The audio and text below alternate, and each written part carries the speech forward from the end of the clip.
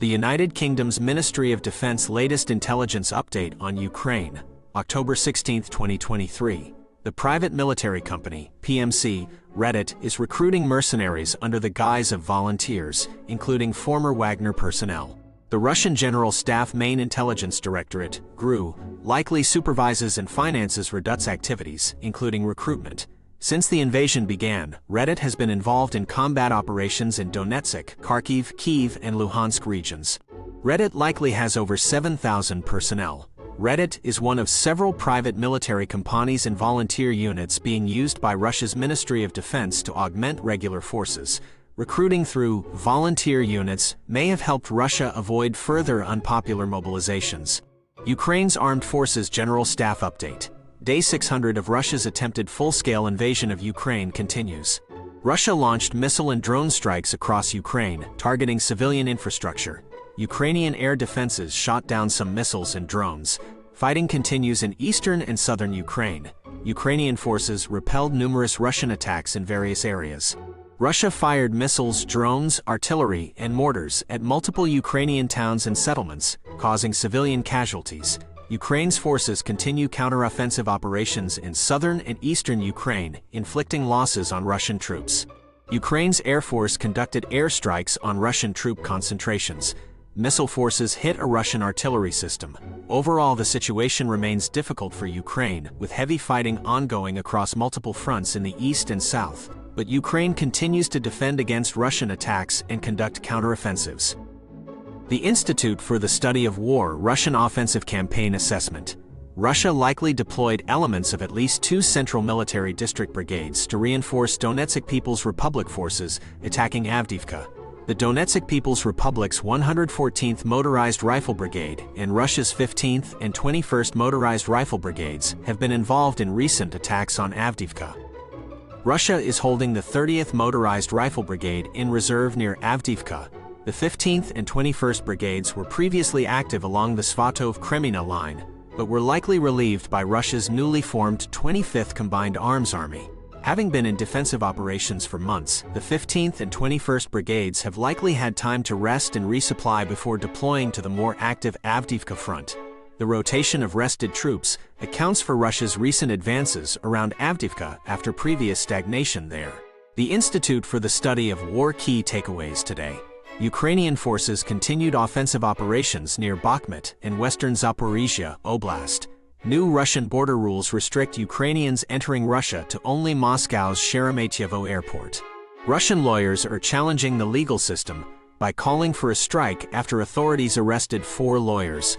Russia conducted offensive operations along several fronts, advancing in some areas. North Korea continues sending weapons to Russia per new details from the Royal United Services Institute. Russian officials repeated narratives about Ukraine and Israel-Hamas war, likely to deter Western Ukraine support. Ukraine Matters Update. Russia has been trying to advance towards Bakhmut in the Donbas for over a week, but has not made significant progress. Ukrainian defenses around Bakhmut are still holding. Russia has changed tactics but is still suffering heavy casualties. Russia's goal is to try to encircle Bakhmut from the east by taking settlements like Mayorsk and Marinka. However, this has proven very difficult due to strong Ukrainian defenses that have been built up over 8 years. In the north near Lysychansk, Russia is trying to undermine Ukrainian defenses at Makiivka. Unclear situation there currently. Near Kupiansk, Russia is trying to take Kislivka, an important railway hub, but attacks towards Kupiansk have faced difficulties. The village of Sinkivka has so far halted the Russian advance along the Oskil River towards Kupiansk. It is a major Ukrainian defensive position. Ukraine has helped spur defense industry revitalization and elevated security concerns in the West. Jake Bro Update. Russia is suffering heavy losses in its offensive in eastern Ukraine, especially around the town of Bakhmut. Hundreds of Russian soldiers killed, dozens of vehicles destroyed. Russia is desperately short on artillery shells and has turned to North Korea for supplies, offering jets, missiles, and nuclear secrets in return. Russia has set a deadline to reach the Donbas borders by December 31st, which is seen as unrealistic given their lack of progress. Russia views the new conflict between Israel and Hamas as a welcome distraction for the West away from Ukraine.